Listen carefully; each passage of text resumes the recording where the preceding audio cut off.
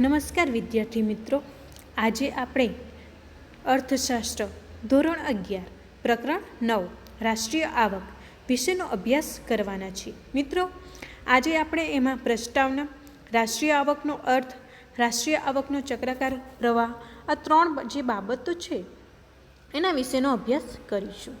તો સૌપ્રથમ આપણે પ્રસ્તાવના જોઈએ. રાષ્ટ્રીય આવક એ સમગ્રલક્ષી અર્થશાસ્ત્રનો એક પાયાનો ખ્યાલ છે. રાષ્ટ્રીય આવકના ખ્યાલમાં સમગ્ર અર્થતંત્રની આર્થિક પ્રવૃત્તિને માપવાનો પ્રયાસ થાય છે. કોઈપણ દેશની રાષ્ટ્રીય આવક તેના અર્થતંત્રની કામગીરીનું સરવૈયું છે. રાષ્ટ્રીય આવકથી આપણને જે તે અર્થતંત્રની આર્થિક તબિયતનો પરિચય મળે છે. જો અર્થતંત્રની રાષ્ટ્રીય આવક વધતી હોય તો તે સામાન્ય રીતે તંદુરસ્તીનું પ્રતીક છે, અને જો અર્થતંત્રની રાષ્ટ્રીય આવક ઓછી હોય, ધીમે ધીમે વધતી હોય, તો એ અર્થતંત્રની નાદુરસ્તીનું પ્રતીક છે એમ કહેવાય. ટૂંકમાં કોઈપણ દેશની આર્થિક સમૃદ્ધિના માપદંડ તરીકે રાષ્ટ્રીય આવકનો ઉપયોગ થાય છે. હવે સામાન્ય રીતે કોઈપણ દેશમાં વર્ષ દરમિયાન પોતાની મૂડી અને શ્રમથી કુદરતી સંપત્તિનો ઉપયોગ કરીને અંતિમ વસ્તુઓ અને સેવાઓનું ઉત્પાદન થાય તેના બજાર મૂલ્યને રાષ્ટ્રીય આવક કહે છે. રાષ્ટ્રીય આવકના જીએનપી, એનએનપી, જીડીપી, એનડીપી જેવા મહત્ત્વના ખ્યાલો છે. બે દેશોની સરખામણી માટે પણ તેનો ઉપયોગ થાય છે. આ ઉપરાંત રાષ્ટ્રીય આવક ખરેખર શું છે, તે કેવી રીતે સર્જાય છે, તેને કેવી રીતે માપી શકાય છે, માપવાની જુદી જુદી પદ્ધતિઓ કઈ કઈ છે, રાષ્ટ્રીય આવકની માપણી વખતે કેટલીક સમસ્યાઓ સર્જાય છે, દેશની નાણાકીય આવક જાણવી જોઈએ કે વાસ્તવિક આવક જાણવી જોઈએ, આ બધી જ બાબતોનો આપણે પરિચય મેળવીએ. સૌ પ્રથમ આપણે રાષ્ટ્રીય આવકનો અર્થ સમજીશું, જેમાં સામાન્ય અર્થ છે તે જોઈએ તો વર્ષ દરમિયાન દેશમાં ખેતી, ઉદ્યોગ અને સેવાના ક્ષેત્રમાં કુલ જે ઉત્પાદન થાય છે તેનું નાણાકીય મૂલ્ય તે દેશની રાષ્ટ્રીય આવક છે. આપણે જ્યારે કહીએ કે ભારતની રાષ્ટ્રીય આવક 128 લાખ કરોડ રૂપિયા છે, તો તેનો અર્થ એ થાય છે કે ખેતી, ઉદ્યોગ અને સેવાના ક્ષેત્રમાં એક વર્ષ દરમિયાન 128 લાખ કરોડ રૂપિયાની ચીજવસ્તુઓ અને સેવાઓનું ઉત્પાદન થયું છે. હવે એમાં શું કહે છે કે આપણા દેશમાં આખા વર્ષ દરમિયાન ખેતી, ઉદ્યોગ અને સેવા એટલે કે ખેતીમાં કેટલું ઉત્પાદન થયું છે, ઉપરાંત સેવા ક્ષેત્ર, ઉદ્યોગ ક્ષેત્રનું ઉત્પાદન જે થાય છે તેના નાણાકીય મૂલ્યને દેશની રાષ્ટ્રીય આવક કહેવામાં આવે છે. ત્યારબાદ મિત્રો, આપણા જે અર્થશાસ્ત્રીઓ છે તેમણે એમના મંતવ્યો મૂક્યા છે અને વ્યાખ્યા આપી છે. તેમાં સૌપ્રથમ આપણે જોઈએ આલ્ફ્રેડ માર્શલ. તેમણે ઉત્પાદન પર આધારિત વ્યાખ્યા આપી છે. તેઓ શું કહે છે તો વર્ષ દરમિયાન દેશના શ્રમ અને મૂડીનો કુદરતી સંપત્તિ સાથે સહયોગ થવાથી જે ભૌતિક અને અભૌતિક વસ્તુઓનું ચોખ્ખું ઉત્પાદન ઉપર ભાર મૂક્યો છે. તેથી આ વ્યાખ્યા ઉત્પાદનલક્ષી છે. હવે મિત્રો, આ જે અર્થશાસ્ત્રી છે તેમણે સૌથી વધુ ભાર ઉત્પાદન પર મૂક્યો છે અને ઉત્પાદન પર આધારિત વ્યાખ્યા આપી છે. તેઓ કહે છે કે વર્ષ દરમિયાન શ્રમ અને મૂડીનો જે કુદરતી સંપત્તિ સાથે સહયોગ થાય છે તેના આધારે જે વસ્તુનું ઉત્પાદન થાય છે તેના પર ભાર મૂક્યો છે. તેથી આ વ્યાખ્યાને ઉત્પાદનલક્ષી ગણાય છે. ત્યારબાદ બીજી વ્યાખ્યા જોઈએ જે ઇર્વિંગ ફિશર નામના અર્થશાસ્ત્રીએ આપી છે. તેમણે વપરાશ પર આધારિત વ્યાખ્યા આપી છે. તેઓ શું કહે છે તો વર્ષ દરમિયાન દેશના નાગરિકોએ જેટલા પ્રમાણમાં વસ્તુઓ અને સેવાઓને પ્રત્યક્ષ વપરાશ કરી હોય તેના પ્રમાણને રાષ્ટ્રીય આવક કહેવાય છે. વ્યાખ્યામાં ફિશરે ભૌતિક અને અભૌતિક વસ્તુઓ, સેવાઓની વપરાશ ઉપર ભાર મૂક્યો છે. તેથી આ વ્યાખ્યા વપરાશલક્ષી ગણાય છે.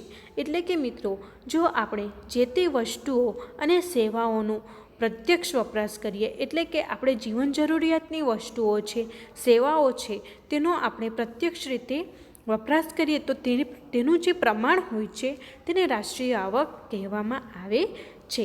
એટલે કે જે તે વસ્તુ કે સેવાઓનો વપરાશ પણ થવો જોઈએ.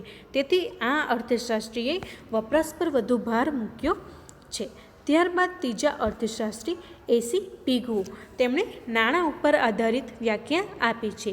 તેમાં એ કહે છે, રાષ્ટ્રીય આવક વસ્તુઓ અને સેવાઓનો એવો સમૂહ, એવો પ્રવાહ છે કે જેની ચૂકવણી નાણાં દ્વારા કરવામાં આવી હોય છે અથવા જેને નાણાંમાં સહેલાઈથી રજૂ કરી શકાય છે. બીજા શબ્દોમાં કહીએ તો વિદેશી આવક સહિતની સમાજની કુલ આવક જે નાણાંની મદદ વડે સરળતાથી માપી શકાય છે તે રાષ્ટ્રીય આવક છે. આ વ્યાખ્યામાં પિગુએ નાણાં ઉપર ભાર મૂક્યો છે. તેથી આ વ્યાખ્યા નાણાંલક્ષી છે. એટલે કે આપણે જ્યારે જે તે વસ્તુ કે સેવા ખરીદીએ છીએ ત્યારે આપણે નાણાંની ચૂકવણી પણ કરીએ છીએ. તો આ જે નાણાં ચૂકવીએ છીએ તે સહેલાઈથી આપણે રજૂ કરી શકીએ છીએ. એટલે આ વ્યાખ્યામાં પિગુએ નાણાં ઉપર ભાર મૂકીને આપણે જે રાષ્ટ્રીય આવક છે તેનો ખ્યાલ આપ્યો છે. મિત્રો, આ જે 3 વ્યાખ્યા છે તે ઉત્પાદન, વપરાશ અને નાણાં ઉપર આધારિત આપવામાં આવી છે. તો મિત્રો, આ જે વ્યાખ્યા છે તે પૂછાઈ પણ શકે છે, તો તમારે એ યાદ રાખવી. ત્યારબાદ આગળ જોઈએ તો વિવિધ જે વ્યાખ્યાઓ છે તેના ઉપરથી જે તારણો નીકળે છે એ આપણે જોઈએ. તો સૌપ્રથમ શું છે? રાષ્ટ્રીય આવક એક વર્ષના ચોક્કસ સમયગાળામાં થયેલી આવકનું માપ છે. એટલે કે આ જે રાષ્ટ્રીય આવક છે તે એક વર્ષના જે ચોક્કસ સમયગાળો છે ત્યારે કરવામાં આવે છે. એટલે કે એ આખા વર્ષ દરમિયાન જે કંઈ સેવા, કૃષિ, ઉદ્યોગમાં જે કંઈ આપણે વપરાશ વસ્તુઓનો ઉપયોગ કરીએ છીએ ત્યારબાદ જે ઉત્પાદન થાય છે તેના આધારે એનું આવકનું માપન થાય છે. એટલે કે ચોક્કસ સમયગાળા દરમિયાન થાય છે. ત્યારબાદ બીજું શું છે? તો રાષ્ટ્રીય આવકમાં અંતિમ વસ્તુ અને સેવા ધ્યાનમાં લેવાય છે. ત્યારબાદ ત્રીજું છે અંતિમ વસ્તુ અને સેવાઓનું નાણાકીય મૂલ્ય રાષ્ટ્રીય આવક છે. ઘસારો બાદ કરીને રાષ્ટ્રીય આવક ગણવામાં આવે છે. વસ્તુ અને સેવાઓનું ઉત્પાદન અથવા વપરાશ થવી જોઈએ.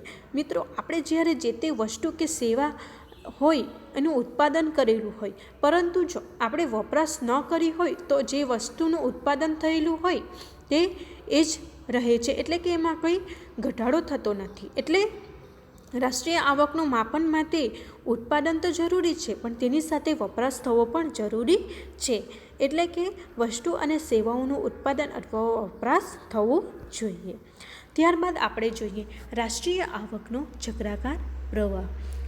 હવે આ જે રાષ્ટ્રીય આવકનો ચક્રાકાર પ્રવાહ છે તેમાં એના અર્થતંત્રના 2 પ્રકાર પાડવામાં આવે છે. એક અલિપ્ત અર્થતંત્ર અને બીજું ખુલ્લું અર્થતંત્ર.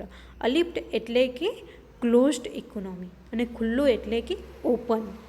અલિપ્ત અર્થતંત્ર એવું અર્થતંત્ર છે જેમાં વિદેશ વેપારની કોઈ ભૂમિકા હોતી નથી. આવા અર્થતંત્રને અન્ય દેશો સાથે આર્થિક વ્યવહારો હોતા નથી. દેશમાંથી વસ્તુ, સેવા, સાધનોની નિકાસ થતી નથી અને અન્ય દેશમાંથી વસ્તુ, સેવા, સાધનોની આયાત પણ થતી નથી. એટલે કે મિત્રો, આપણે જાણીએ છીએ કે આપણે બીજા દેશો સાથે વ્યવહારો કરીએ છીએ. આપણા દેશમાંથી કેટલી બધી એવી વસ્તુઓ છે કે અન્ય દેશમાં આપણે નિકાસ કરીએ છીએ.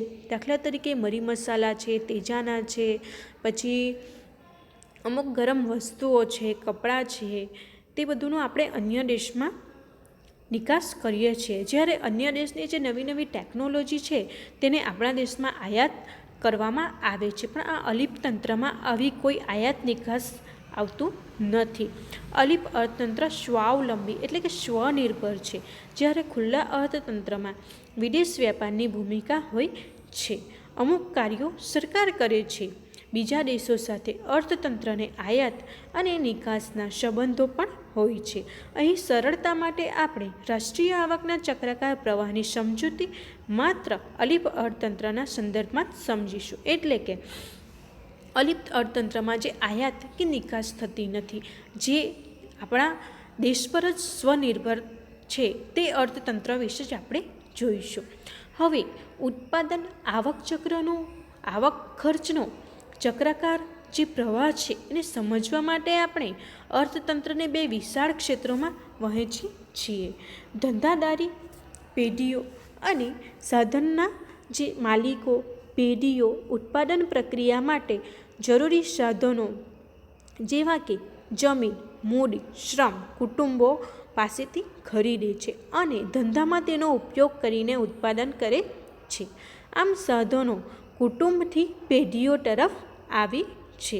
સાધનોના ઉપયોગ બદલ પેઢી સાધન માલિકો એટલે કે કુટુંબોને ભાડું, વેતન, વ્યાજ, નફા રૂપે વળતર ચૂકવે છે. આ પ્રથમ નાણાંનો પ્રવાહ પેઢીઓ તરફથી કુટુંબો તરફ આવી છે.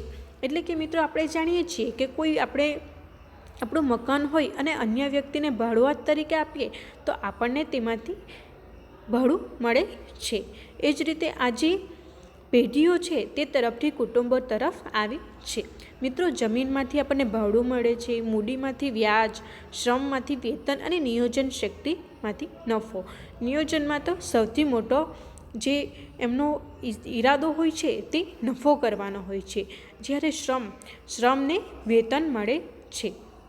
ઉત્પાદન એકમ તરફથી આજે ભાડું, વ્યાજ, વેતન તરફથી જે કી જાય છે તે આવક. એટલે કે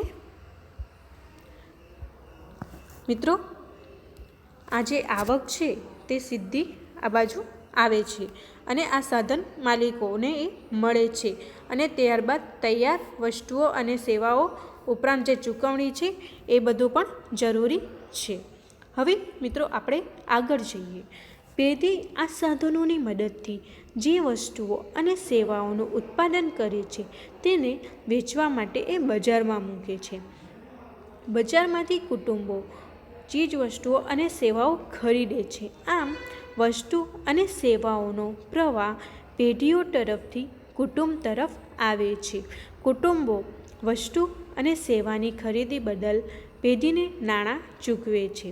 તેથી નાણાંનો જે પ્રવાહ છે તે કુટુંબોમાંથી ફરી પાછો પેઢીઓ તરફ આવે છે. આ નાણાંથી પેઢી ફરીથી સાધનો ખરીદે છે અને ફરીથી ઉત્પાદન કરે છે, કુટુંબોને ચૂકવણી કરે છે. પેઢીઓમાંથી કુટુંબો તરફ અને કુટુંબોમાંથી પેઢીઓ તરફ આજે સતત વહેતા આ નાણાંના પ્રવાહને ઉત્પાદન આવક ખર્ચનો એટલે કે રાષ્ટ્રીય આવકનો ચક્રાકાર પ્રવાહ કહેવામાં આવે છે. એટલે કે આ પ્રવાહ એવું કહે છે કે એ ચૂકવણી ઉપરાંત આવકો, સાધનો એક તરફ પેઢી તરફ જાય છે, પેઢી તરફથી ફરીથી પાછા કુટુંબો તરફ આવે છે અને કુટુંબો ફરીથી ઉત્પાદન કરે છે અને આ જે પ્રક્રિયા છે તે અવિરતપણે ચાલુ રહે છે, જેને આપણે રાષ્ટ્રીય આવકનો ચક્રાકાર પ્રવાહ કહીશું. આવકનો આ ચક્રાકાર પ્રવાહ અર્થતંત્રને સતત ધબકતું રાખે છે. ચક્રાકાર પ્રવાહ સૂચવે છે કે રાષ્ટ્રીય આવક 3 રીતે માપી શકાય છે. એક છે ઉત્પાદન, બીજું છે આવક અને ત્રીજું છે ખર્ચ. એટલે કે આ 3ને આધારે આપણે રાષ્ટ્રીય આવક છે તે માપી શકીએ છીએ. ત્યારબાદ આગળ આપણે મિત્રો જોઈએ તો શું કહે છે કે સાધનો જે છે તે કુટુંબથી પેઢી તરફ અને વળતર જે છે તે પેઢીથી કુટુંબ તરફ એ વહે છે. એટલે કે એક બાજુથી એમને પેઢી તરફથી વળતર મળે છે તો બીજી તરફ તેઓ આવક પણ મેળવે છે. હવે તો આ જે વસ્તુઓ છે તે પેઢીથી કુટુંબ તરફ અને ચૂકવણી કુટુંબથી પેઢી તરફ વહે છે. પરંતુ આ યાદ રાખવું જોઈએ કે આ અલિપ્ત અર્થતંત્ર છે, એટલે કે ક્લોઝડ ઇકોનોમી છે. આ જે ઇકોનોમી છે તે સ્વનિર્ભર છે, આત્મનિર્ભર છે. આપણા દેશમાંથી અન્ય દેશમાં વસ્તુઓનો આયાત પણ નથી થતી અને અન્ય દેશમાં આપણે નિકાસ પણ કરતા નથી. આપણું જે આ અર્થતંત્ર છે તે ક્લોઝડ ઇકોનોમી છે, એટલે કે અલિપ્ત અર્થતંત્ર છે અને તે પોતે સ્વનિર્ભર છે. વાસ્તવમાં ખુલ્લા અર્થતંત્રો જોવા મળે છે જેમાં સરકારની ભૂમિકા હોય છે. અર્થતંત્રમાં બચતો પણ થાય છે. આયાત અને નિકાસનું અસ્તિત્વ હોય છે. આવા ખર્ચ તંત્રમાં પણ બજારને આધારે ચક્રાકાર પ્રવાહ સમજાવી શકાય છે. તો મિત્રો, આજે આપણે રાષ્ટ્રીય આવક વિશેની થોડી માહિતી મેળવી છે. આપને સમજાઈ ગયું હશે. હવે આજનું આપનું જે ગૃહ કાર્ય છે તે નોંધી લો. તો આ જે અર્થ છે, રાષ્ટ્રીય આવકનો અર્થ એમને સમજવાનો છે અને ત્યારબાદ આ જે આકૃતિ છે તેમને તમારે ફરીથી દોરવાની છે. Thank you.